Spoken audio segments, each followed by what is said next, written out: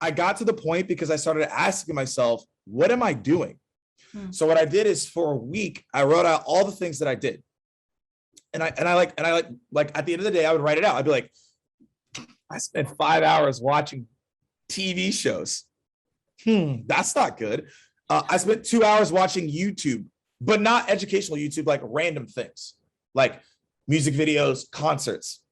Then you have to ask yourself, okay, like, why am I doing this? Why am I spending 2 hours watching music videos? Why am I spending 5 hours watching Netflix? Am I running away from something? What am I looking for? Yeah.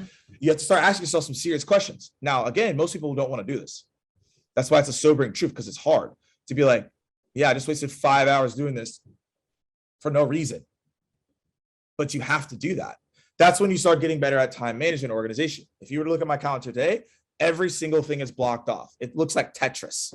It's just like blocks. It's like green, yellow, red, orange. I know what they mean, but that's how I get so much stuff done.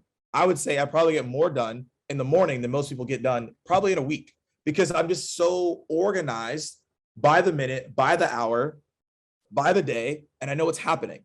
But in order to do that, you have to ask yourself the tough questions.